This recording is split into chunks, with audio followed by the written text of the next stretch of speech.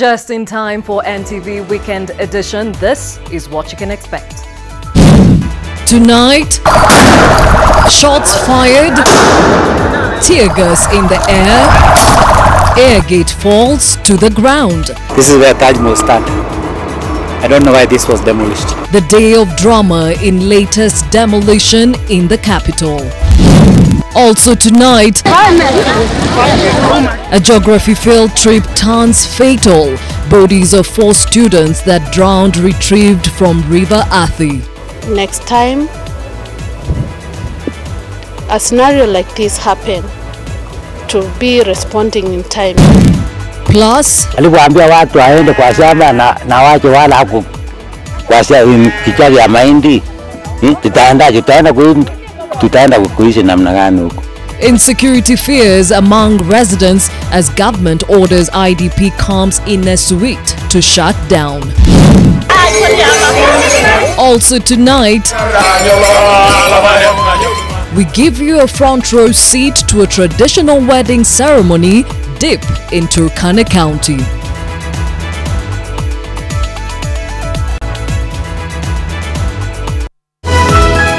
NTV Weekend Edition with Gladys Gachanja.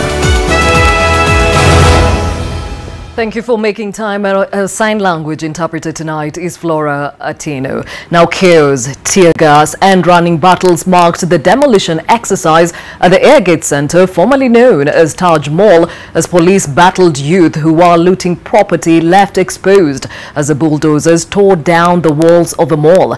The owner, Ramesh Garissa, has faulted those who approved the building's construction.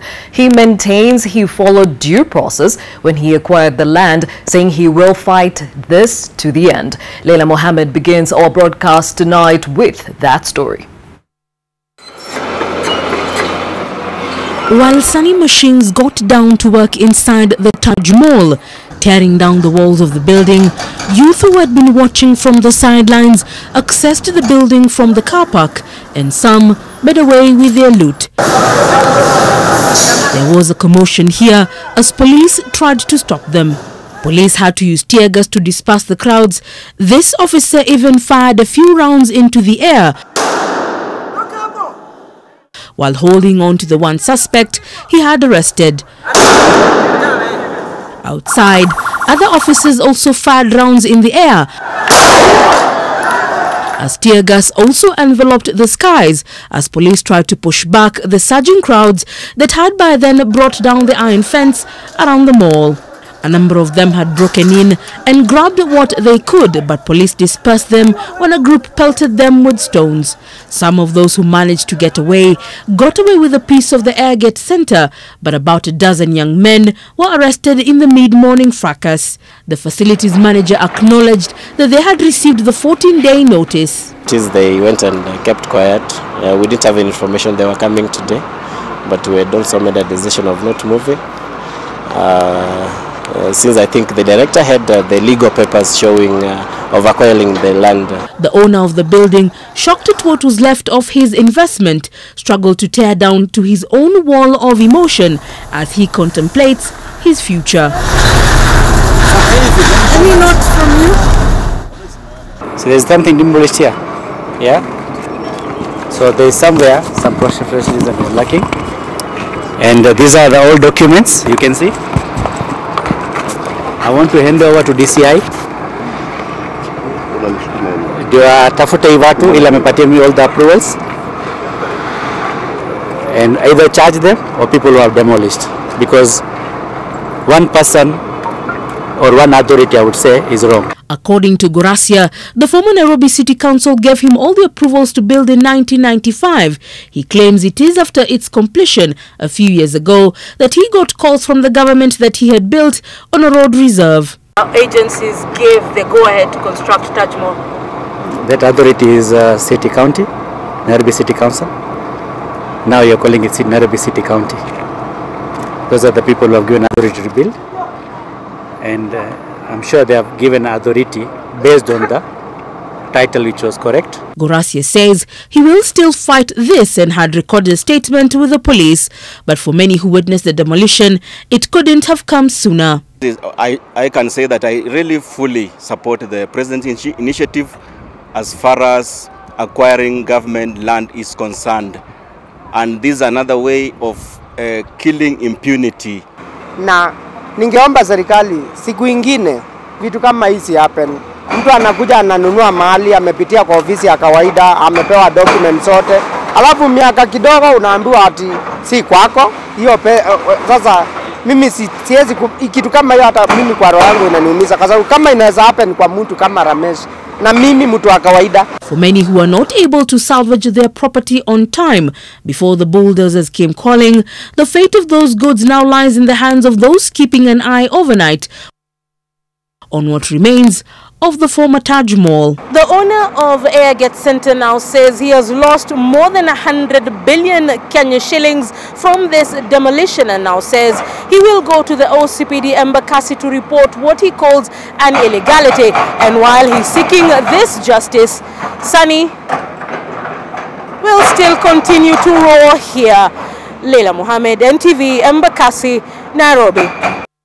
While staying with the demolition of Airgate Center, formerly known as Taj Mall, we are now joined by our reporter Seth Olale, who is actually on the site. Seth, various companies have come out to speak on the matter and actually support it, including Kura, Kenya Urban Roads Authority, Kenya Pipeline Company, Kenya Railway Corporation. What are they saying about this? Thank you so much, Gladys Gachanja. Even before I tell you what they said earlier when they toured this particular facility, shots were fired during the day. Shots are still fired right now as we speak. Just some moments ago, we had shots being fired. Actually, the air is filled with tear gas, and what the security personnel are telling us is that they are engaging some members of the public who are trying to sneak in and get some of the building materials outside, including metals as well as some of the goods that are still inside the building. So there is a lot of heavy police presence at this particular place at the Taj Mall Outer Ring intersection. But apart from that, like I told you, police are engaging a section of members of the public who are still up to now trying to get inside the Taj Mall, or what is now the Airgate Center, in a bid just to try and get whatever they can. But now what you asked me is about the multi-agency team, actually the Nairobi regenerational team. They were here and they say that this is a huge step towards achieving their goal since the team was formed 6 months ago. And right now I just want to introduce Mr. the Taj Mall owner, Mr. Garissa. You still insist, even after the task, the multi-agency team indicating that indeed they have done what they were supposed to do, you still maintain that you are right and that you have all it takes to seek protection from the DCI? I think so. I have all the documents and I'm willing to cooperate with the CIO, and I want a cooperation from the CIO because every document, people who issued my titles, who did change of users, who did extension of users, all the approval in Nairobi County, all the documents, I'll give it to him, hand it over. So every person who has signed, they are there, they should be held responsible for that. And also the people who have objected these things, all the documents I hand over. I want him to, within 14 days, some team should be behind the bars. Thank you so much. And very quickly, you're still here up to this particular time. It's shortly after 9 p.m. and we saw some activity, and as viewers you can see just right behind me we have shop owners and even the owners of the Taj Mall themselves are trying to get whatever they can. We saw a lorry full of goods being taken actually from this particular place, and it just left. And this is just what has been the situation here. Is heavy police presence, and right now everything is not being taken to chance. But like earlier on I indicated that the Nairobi regeneration team says that this is a very huge step towards achieving their goal, and they're saying that it does not stop here. They're warning anyone who is encroaching on riparian land or any road reserve that they're going for them, and so this is an indication that they say is going to boost them towards achieving their goal. The fall of Taj Mall, which was renamed Airgate Center, situated along Outer Ring Road, has been celebrated by some as the fall of yet another monument of impunity. The Kenya Pipeline Company is particularly happy with these developments. In a statement, KPC said the building sat right on the pipeline's right of way, endangering the lives of residents living nearby. The government maintains the building had encroached on land meant as a road reserve, and that was meant as the interchange for the newly constructed Outer Ring Road. As a result, the road had to be redesigned.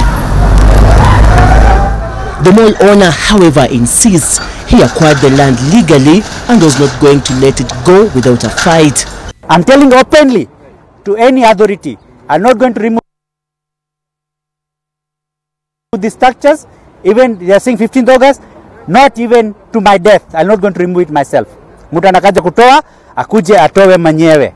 Aseme mimi ndio nimekuja kutoa, anakuje manyewe first, the person who is ordering. Asipatie hii administration. If he is the president, if he is the deputy president, governor akuje mambia Ramesh, mimi nakuja kutoa, amambie mimi personally. Taj Mall is just the latest of what the government considers an illegal structure to be brought down after the South End Mall along Langata Road and the UK Centre in Westlands were all brought down. Others that have fallen to the green bulldozers include the Shell Petrol Station and Java Coffee House in Kileleshwa. The Oswald Centre in Westlands had also been given orders to bring down part of its structure that sits on riparian land.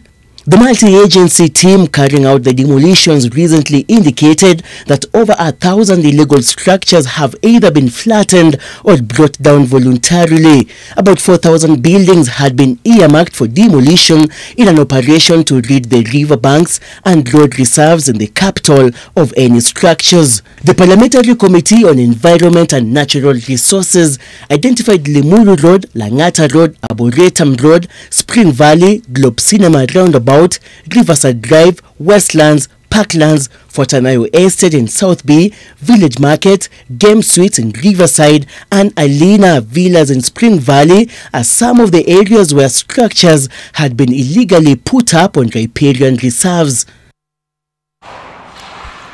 Well, like I said earlier, Gladys, this particular activity being done out behind me, the demolition will take at least 15 days. This is according to the Kenya Urban Rural Authority, which it says will now do an overhaul of the entire Taj Mall outer ring section. So this particular activity will take at least 15 more days to complete, but as we go deeper into the night, at least all the three machines, the bulldozers, are just parked right behind my camera person Eric, and they will resume their duty tomorrow morning from 6:30 a.m. Back to you, Gladys, in studio. Thank you, Seth Olale, speaking to us from Airgate Center, formerly known as Taj Mall, which is under demolition. Of course, as he has said, those bulldozers have taken a rest for the night, but that activity will resume tomorrow early in the morning. And he also touched on the fact that various companies have come out to support that demolition, including Kura, who have said they will undertake an overhaul of outer intersection at Taj Mall, and it will use the initial design that will solve the current traffic mess on that road. The KPC, that is Kenya Pipeline Company MD, has said Taj Mall sat on an oil pipeline passage, and therefore occupants of that building were at a high risk. They support the demolition. And the Kenya Railway Corporation says our trains plying the Embakasi route had difficulty with the passage at Taj Mall since it encroached on railway reserve. Well, a lot more will be coming out of this developing story. As you have seen, the owner is still insisting he had all the legal documents and he will stand to see that he is protected from the DCI. Well, we shall keep you updated as and when we get The latest from Seth Olale. Now, staying with demolition, and more than 100 children have been left homeless after the place they called home was demolished last evening. The Overcomers Caring Ministry Children's Home in Rongai had been a safe haven for orphans and vulnerable children, but it had been earmarked for demolition as it is built on a road reserve. 135 children of Overcomers Caring Ministry were forced to spend the night in the cold after a place they have called home for more than 10 years was demolished. The home was brought down on Friday evening. The children watched helplessly as heavy machinery flattened their home to make way for a new road. The center, which is located in Rongai, caters for vulnerable children. This place we were given some years back by the former PC Maina. That opened up a door for well-wishers and friends to put up the structures that you see here. We never realized it was a road reserve. Last month, the institution was given a notice by the Kenya National Highways Authority to vacate the road reserve. But according to the management, the notice given to vacate was too short. I was told they are demolishing. I showed them the notice. Nobody was listening. We felt the way we were. It was not clear in the approved plan. Then it's not clear on the notice. It brought total confusion. The management says it has nowhere to take the children. They have put the kitchen down. The toilets have been crashed down.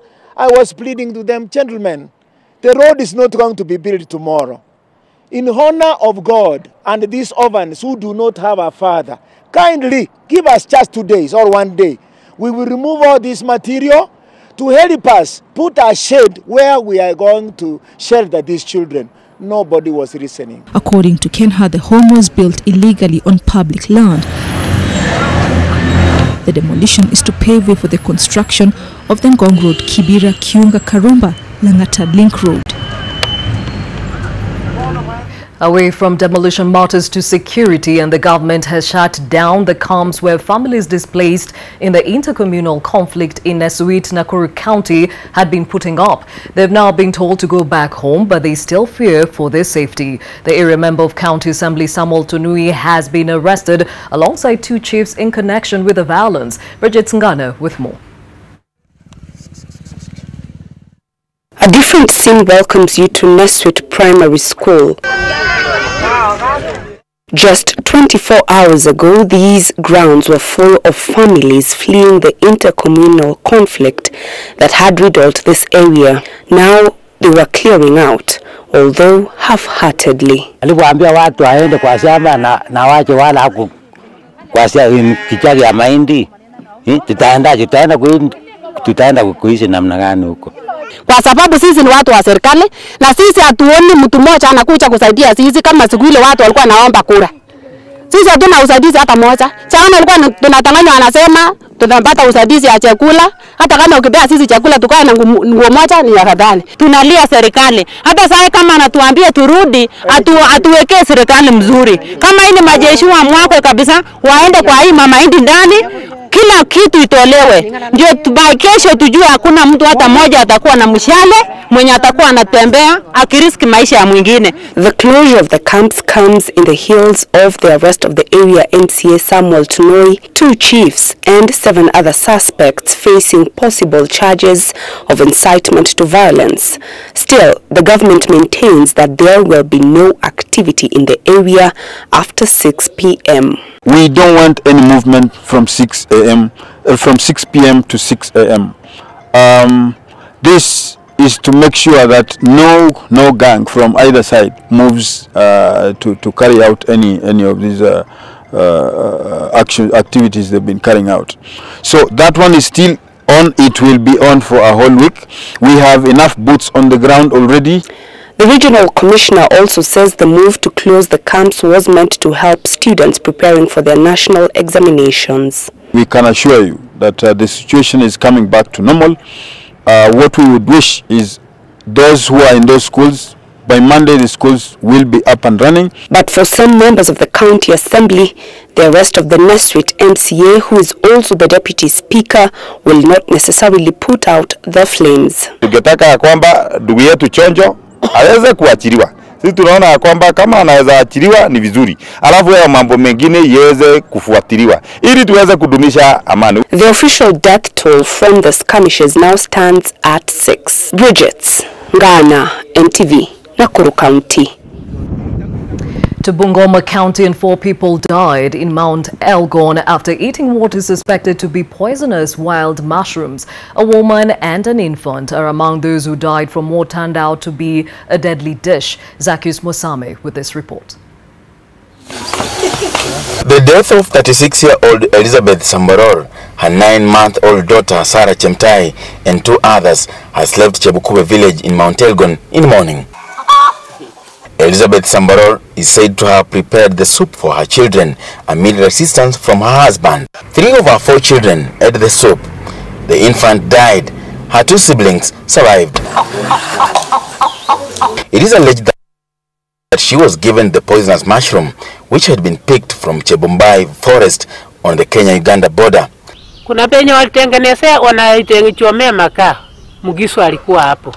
Akaenda, akampata ameng'oa hii uyoga. Akamuomba. Wakampa masharti, hii vitu nyinyi hamkurangi fua. Sasa ikiwa umekasania uende ukule, usikule ya mti. Inasemekana kuna mushrooms ambazo huwa zinatoka tu kwa mchanga chini. Lakini hii ilikuwa ni ile imemea kwa miti. The decayed trees, ile imeanguka. So wakaenda wakakula hiyo. Na inasemekana kwamba ndio wakule wao huwa wanaangalia ile miti kama imeoza kabisa, wanaamini sumu ya mti umeisha. Labda hiyo kitu iko na sumu na inaendelea kuadhiri watu wengi. Tunaomba ya kwamba wafuatilie vitu na tuone tutasaidia wengine namna gani ambayo bado wako. Labda mwingine kama watoto ambao tuko nao, tujaribu mbinu ya kuzuia pia na hao wasirudi tena kukula. The 3rd person to succumb to the deadly dish was 71-year-old Beatrice Kirong, who died as she was rushed to hospital. The 4th victim was Mzee Ezron Namuzigaye from the neighboring Uganda. Na wakaweza kutoa huo uyoka, na kumbe uyoka hiyo ilikuwa imetanganyana na uyoka ingine ambaye haikulwi. Na walipotengeneza wakakula, macho sao zilibadilika, zikawa nyekundu na wakaanza kutabika na kuwara. You could be lucky that you've been having mushroom as part of your favorite meal without having an hurdle. Maybe you have not encountered a species of mushroom known as amanita. Amanita actually contains a toxin known as amanitin that kills by shutting down the kidney and the liver. That could have been the case here in Chebukube in Mount Elgon. Zacchaeus Masame, NTV, Bungoma. Time to take off our short break right here on NTV Weekend Edition. A lot more coming your way. Stay with us.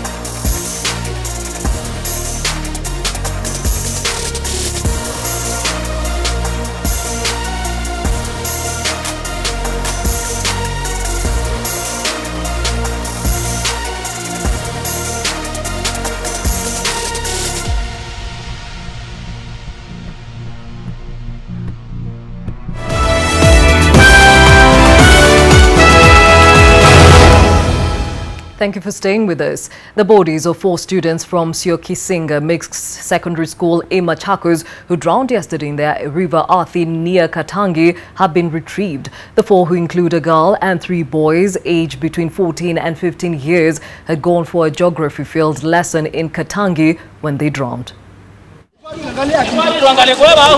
What was meant to be a geography field lesson turned tragic for students of Turkana Mixed Secondary School.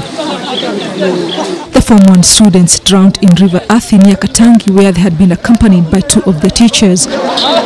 According to the school principal Nicholas Ndenge, the 4 students, who included a girl and 3 boys, are reported to have attempted to swim in the swollen river. Oh my God! One body was recovered on Friday.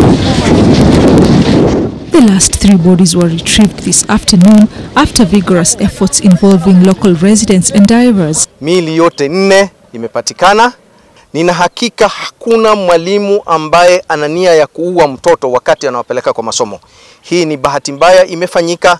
Sisi kama maafisa wa usalama tutafanya uchunguzi wetu.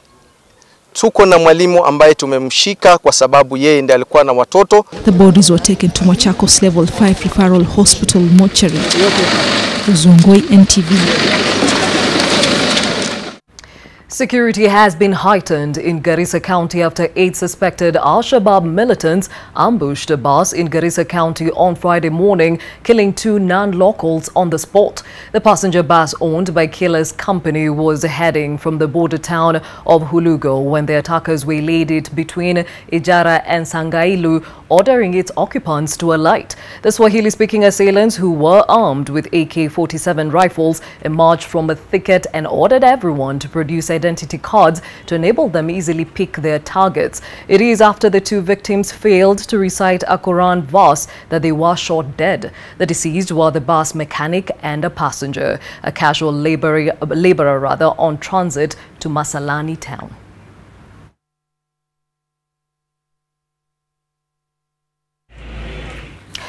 President Uhuru Kenyatta has lauded the charge for supporting the government's fight against corruption, adding that he is determined to eradicate the vice. While attending the wedding of Murang'a County Senator Irungu Kang'ata, the president emphasized the need of fostering family values in a bid to unite the country. Na mimi nashukuru kanisa kwa vile mumeamua ya kwamba mtatuunga mkono kuhakikisha ya kwamba tumeweza kupambana na ufisadi.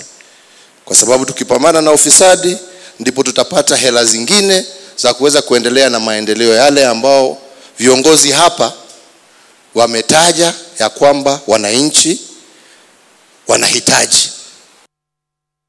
To something that has been top of mind, Kenyans have had to dig deeper into their pockets to survive the torturous fuel tax that has forced most of them to adjust their budgets to make ends meet. And even though the president proposed to cut the tax in half, a number of Kenyans still feel it may not have been enough to lighten the load. Kevin Mutai shares their perspective. Kenyans will continue digging deeper into their pockets as the cost of living continues to rise, with many relating their predicaments to the biting taxation on the petroleum products. The high fuel prices have been a heavy burden bearing down on a number of Kenyan families. This has been an everyday reality for this family in Langas, Uasin Gishu County, struggling to keep up with life which they say has become unbearable. Maisha hapa ni magumu sana. Yaani ni maisha ya kubatisha. Tunabatisha chakula kupata. Hii gharama kupanda ya mafuta imefanya kila kitu kupanda sasa. Kwa sababu ukienda kuleta kama ni kitu ambayo unataka kuja kuuza, unapata kwamba gharama yake imekuwa juu kwa sababu transport imekuwa juu. For such a household which relies on kerosene for their cooking and lighting needs, the fuel levy has brought them more heat than light. The family now has to share the cost of buying the kerosene they need to fill up this tin lamp. Rafiki anipe ama nimwambie hakuna mafuta ta. Huyu akitumia ananipea hiyo karefoi, namwambia asionipe. Privately owned companies in the capital have also felt the heat. Business has been on a steady decline since the prices of fuel went up. These parking slots, which are usually full by morning, are now struggling to get full occupancy. Kila mtu sana save for the whole week. Anasema afadhali akuje tu Friday juu yenyewe gari unajua anakujanga tu mtu anakuja na park alafu anaenda ofisi. Those in the public transport sector are also feeling the pinch, saying the increased taxes on fuel products have burned holes in their pockets. They now take home much less as a higher percentage of earnings go to buying fuel. Jioni tukifanya kazi, gari ya mwenyewe ikikunywa mafuta tunabaki bila pesa. Mpaka sisi tunashindwa tulichaguana kweli. President Uhuru Kenyatta proposed a fuel tax cut from 16 to 8% on Friday, but for a number of Kenyans, the cost is still too steep. Kevin Mutai, NTV. And even as Kenyans await the decision by Parliament on the proposals by President Uhuru Kenyatta to reduce the taxation on fuel by a half, there have been questions about the government's move to raise taxes to raise revenue. NTV Silas Apollo saw the views of economist Dr. Samuel Nyandemo on the president's measures and whether they are just the cure to the government's cash crunch. The announcement by President Uhuru Kenyatta proposing the reduction of the 16% VAT on petroleum products to 8% has elicited mixed reaction from Kenyans. And as a majority of Kenyans await the way forward from Parliament, which is expected to debate it next week, some have called for its removal. Economists have also questioned whether this was the best way to get the extra cash the government needs. That's by 50%. Dr. Samuel Nyandemo, a development economist, is of the opinion that the government expenditure has been off the roof and that burdening the citizen more was not the solution. The 8% will still overburden the common man, in the sense that still the transport costs will be still high, or other operations, be it in the agricultural sector, the fishing industry, the transportation of goods and services still will be negatively affected. And that's why we are requesting all members of Parliament to stand firm and denounce this situation in its totality. He says wastage in government was as a result of poor management of resources, especially in government parastatals, ministries and departments. Why, for example, we pay somebody in a ministry on sitting allowances when he's earning a monthly salary? Why should we buy newspapers to all these senior government officers? Why should there be in these offices flowers, for example, flowers, as if though weddings are carried in offices so that they are flowered? Yeah? Why should they have tea in offices? If somebody wants to have tea, let them contribute their own money and make tea. He further argues that the duplication of functions between the national and county governments was to blame for the pilferage. Nyandemo proposes a reshuffle of the management of Treasury and the Central Bank, which he says have failed the president in managing the country's finances. Very soon, Kenya will be declared credit unworthy, and that will actually have repercussions in terms of Kenya not being a destination for investments any longer. So we better salvage the whole situation. And with the opinion on the reduction of the VAT still divided, the onus now is on Parliament, which is next week expected to give the way forward on the matter. Silas Apollo, NTV. Interesting perspective there by economist Dr. Samuel Nyandemo on that fuel tax. And still staying on the matter, NASA leaders Raila Odinga and Kalonzo Musyoka have welcomed the move by President Uhuru Kenyatta to reduce the VAT on fuel from 16% to 8%, arguing that it would offer some relief to a majority of Kenyans. Even as the party leaders lauded President Kenyatta, legislators have already drawn battle lines ahead of a special sitting on Tuesday. I think we should tax petroleum products at whatever percentage it should be. We should suspend that tax and even do away with it as it were before 2013. The areas the president is referring will only become public when the speaker reads the president's message.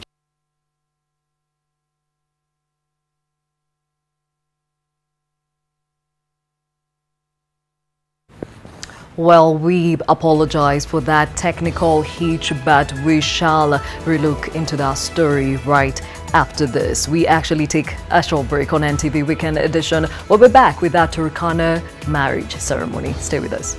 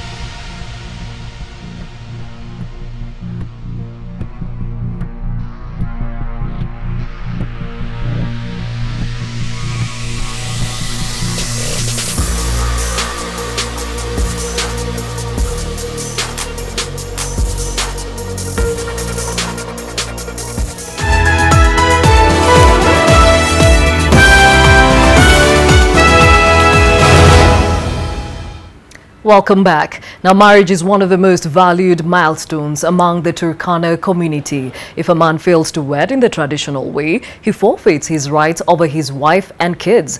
Justice Amoni and Cecilia Esho have been living together as husband and wife with their 4 children. And we now give you a front row seat into what the traditional wedding among the Turkana entails, as Justice takes full control of his family as custom dictates. In the searing heat of Turkana, we chance upon an age-old ritual steeped deep in tradition.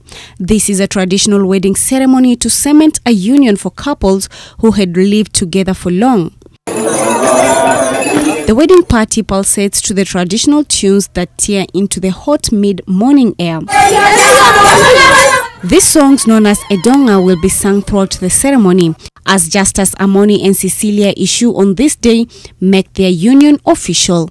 The bride and the groom are in traditional outfits. The bride and her maids wear hide and beaded necklaces. The groom is in traditional headgear made of ostrich feathers and Coluba's monkey skin. The wedding is a significant, as it is not just the first chapter of their happy ever after story, but it earns the groom proper authority over his wife and the children he has seared. Kila wakati umefanya sasa harusi kama hii, watoto ni wako. Kirasmi hata watakuja kama wanaomba. Kwamba saidia sisi mbuzi 2, saidia 3. Sasa watachukua kwangu. Dowry is paid in terms of animals, tobacco and a big bull or a camel. Akienda nje ya doa, kuna maneno ambayo itaanza kufanyika. Hata wanyama kuna maneno itafanyika ambayo ni abnormal, ambayo si maneno ya kawaida. White and black bulls are speared, slaughtered and then shared among all the guests. Later on, the family members are smeared with white ashes called emunyen. The ashes applied on the right side of the face and on the forehead. Hii ni kumaanisha any cleanness, yani tuna clean kwa hiyo barabara yote, kwa sababu ndume ni nyeupe, tunaipaka. Kama kuna kitu yote iko kwa barabara itakuwa inapotea tu. Mambo yote itakuwa nyeupe. To unite and bind the children who are born before the wedding in the new family, elders smear cow dung on the chest of the wife, husband and all the children. A small piece of meat from the goat's intestine is also hung around the neck. This is to signify that the husband and wife have appeased the ancestors, who in turn bless their future. Na tumepakwa hiyo masamadi ya kuonyesha hawa wamefurahi na wametupea anoke kuendelea na maisha yetu. The bride isolates herself at some point in the ceremony and only joins in when most of the rituals have been conducted. Notably, this kind of wedding is held in the bush away from the homesteads. Halima Gongo, NTV. A beautiful ceremony there, and congratulations to Justice and Cecilia. Further afield, the Rwandan opposition leader Victoire Ingabire was unexpectedly freed from jail today after President Paul Kagame granted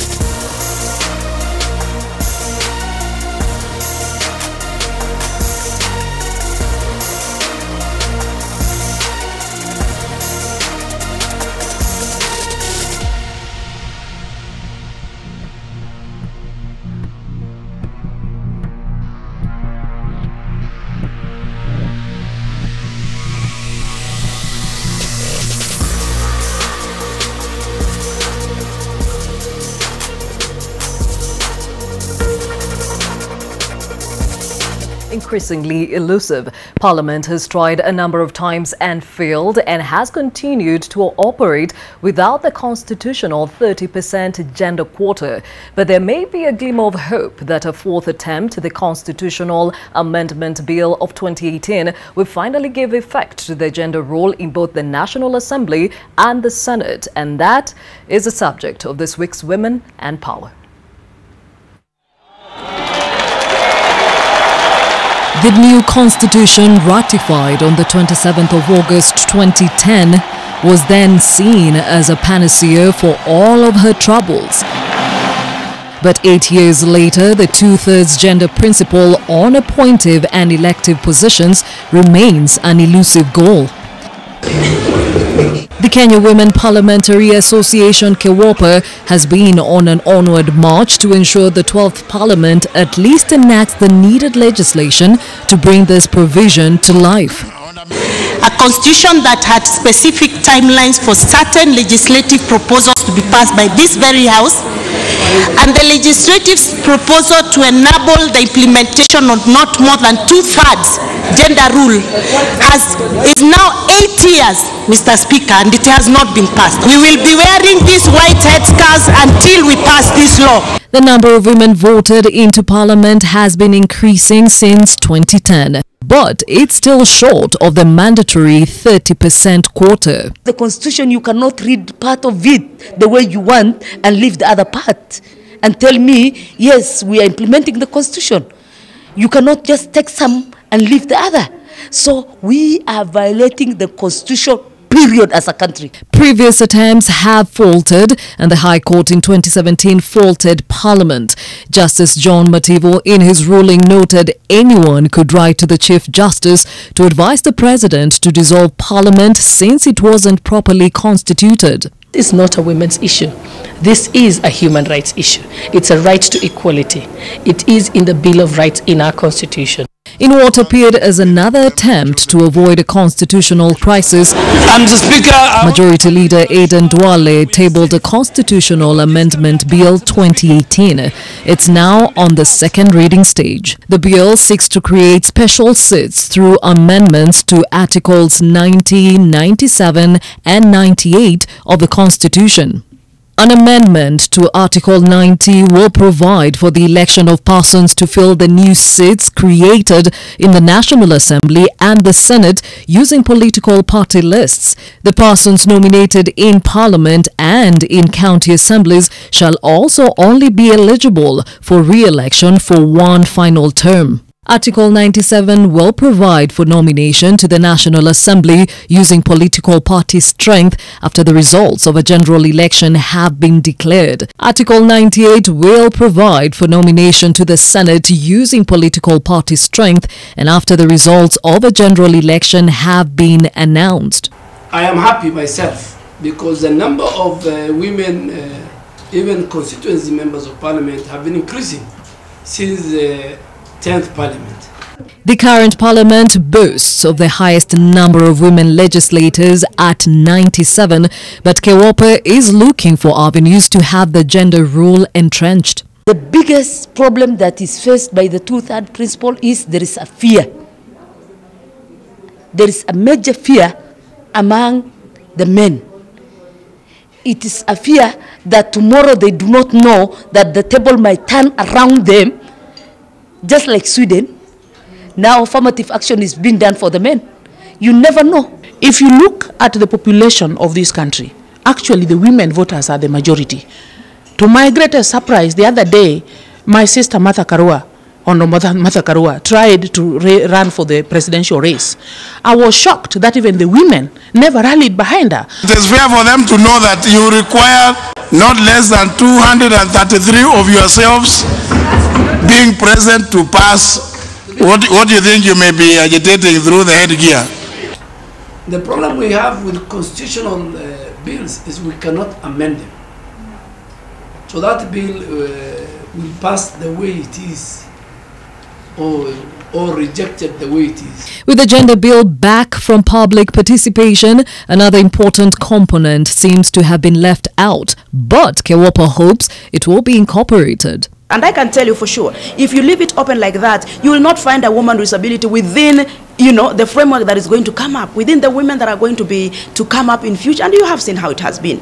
Women with disabilities have always had it very, very rough when it comes to participation in political life, in economic life, in socio-cultural life. So we are looking to level that playing field so that when we are talking about women, we are carrying everyone on board. If you have a father in parliament and you're a girl, tell your father, do you want me to be governor one day, Dad? Do you want me one day to be cabinet secretary, Dad? Do you want me to be able to reach the highest level of leadership in this country, Dad? I want the girls to ask their daughters to ask their fathers. Well, that push for the passing of the two-third gender bill continues in October when the House reconvenes. And of course, remember, it will be facing the second reading and debate of the same. We shall keep you updated on that. Time for another short break. Sporting news is next.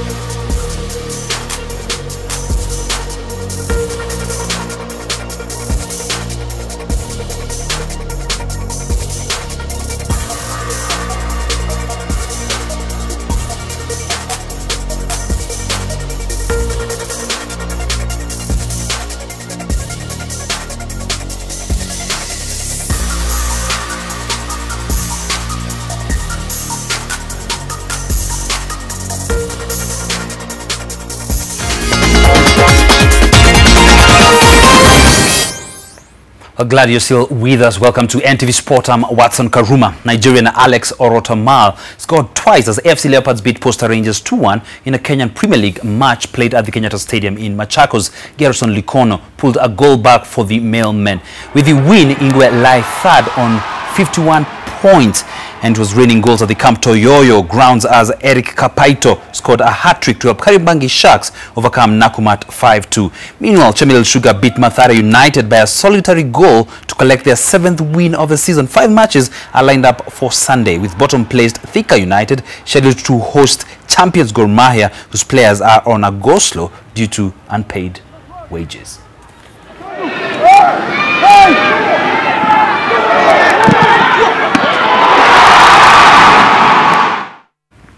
Now, aside from the winning teams bagging $1 million shillings each, players who excel at the 2nd edition of the Chapa Dimba na Safaricom Youth Football Tournament will get a chance to attend a 10-day training camp in Spain, where they will also play friendlies against La Liga Academy teams. This was announced at the launch of the 2nd edition of the tournament that targets male and female footballers aged between 16 and 20 years, with an aim of developing grassroots football. Over 1,500 teams took part in the first season of the tournament. The launch of the 2nd season held at Woodley Grounds in Kibra saw friendly matches played between the reigning champions Kapenguria Heroes, who beat Nairobi region champions Gor Mahia Youth 1-0. Registration of the tournament closes at the end of this month.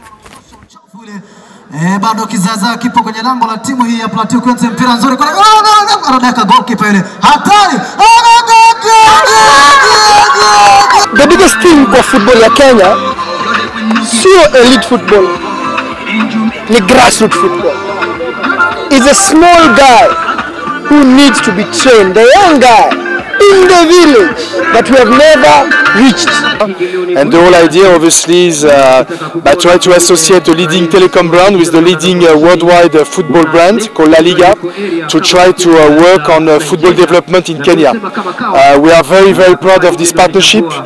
First of all, because we have a strong commitment here in Africa. Remember that last year La Liga bring FC Barcelona to South Africa, we bring Atletico Madrid to Nigeria.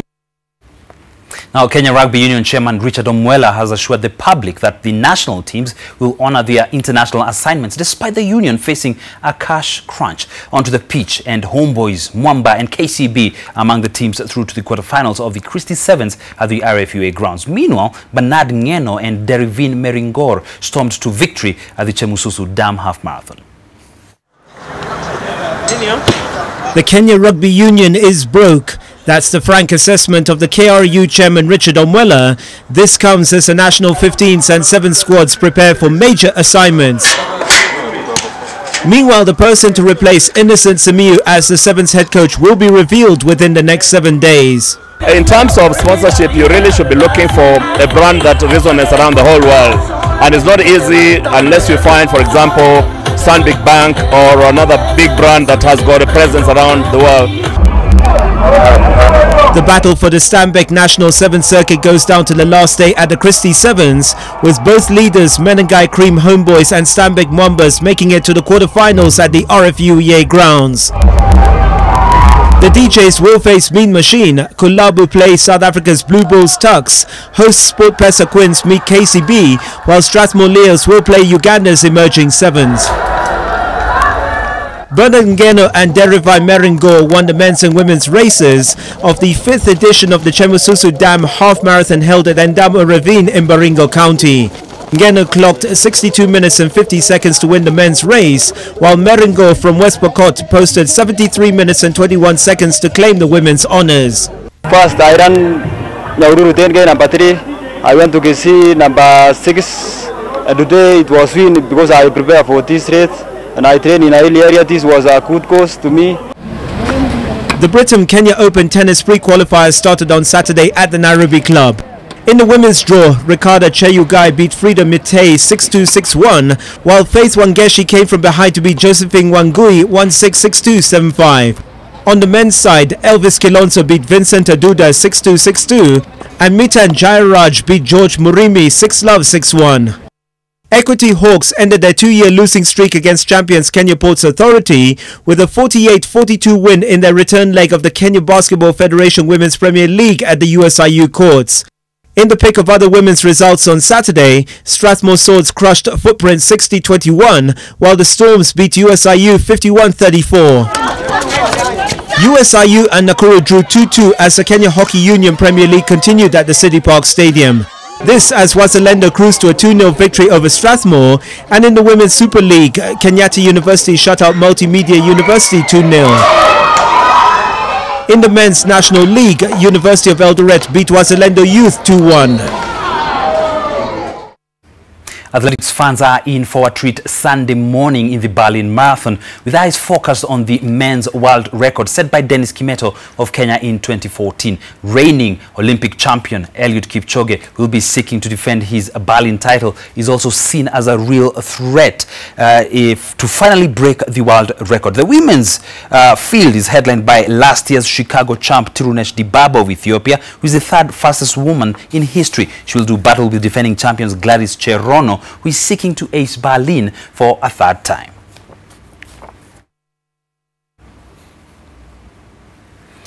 Now, Liverpool maintained their perfect start to the English Premier League season with a 2-1 victory over Turkana.